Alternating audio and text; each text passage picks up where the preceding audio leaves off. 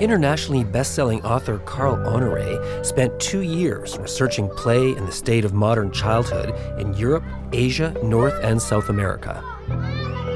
I think a lot of what's driving our anxiety and even paranoia is just fear feeding on itself, because statistically, the world is a safer place for children now than it's ever been before.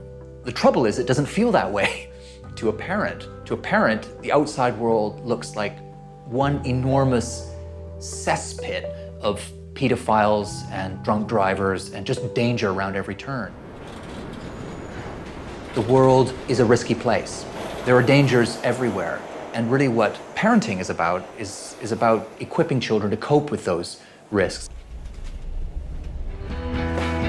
Hyperparenting is really good parenting run amok, in the sense that it starts from the very noble and natural instinct, which is to do the best for our children. But over the last generation, that impulse has morphed into something extreme. As parents now, we feel under pressure to push, polish, and protect our kids with superhuman zeal, to give them the best of everything and make them at the same time the best at everything. Okay. Go in the bathroom, I'll knock on the door. There's nothing wrong with extracurricular activities. In fact, they can be wonderful. On to the next destination. The trouble is that many kids are just getting too much of it. Most of us born before the mid-1980s remember a much different childhood than the one being played out today.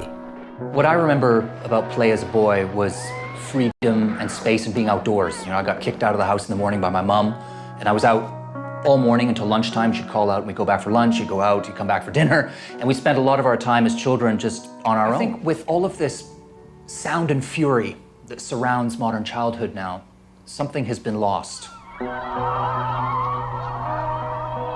And that is the simple, magical, soaring pleasure of being a child at play. Because that has been almost edited out of the modern experience. We see free play now and we regard it as either dangerous or we see it as a waste of time because it can't be measured.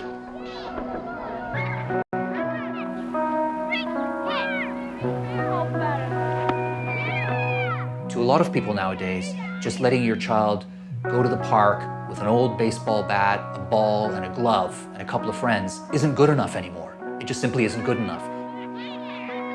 He's got to be in a baseball clinic with a certified coach and a brand new bat and a brand new ball and a brand new glove and a uniform. I mean, society defines itself not always and entirely by how it works, but also by how it plays.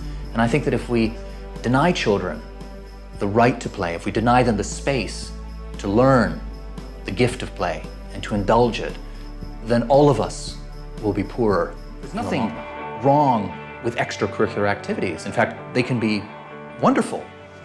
On to the next destination. The trouble is that many kids are just getting too much of it. Monday, I have a hockey clinic, then Tuesday, I have hockey practice. Wednesday, I have soccer practice. Thursday, I have hockey practice again.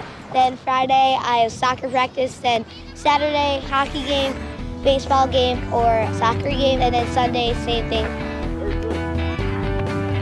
The hardest part for me would probably be doing the homework in the car, because I do get a little bit nauseous, but I just close my eyes for a couple minutes and keep working. So much play for children now is watched over, supervised, structured, spoon-fed by adults, that kids aren't given that time and space just to play on their own.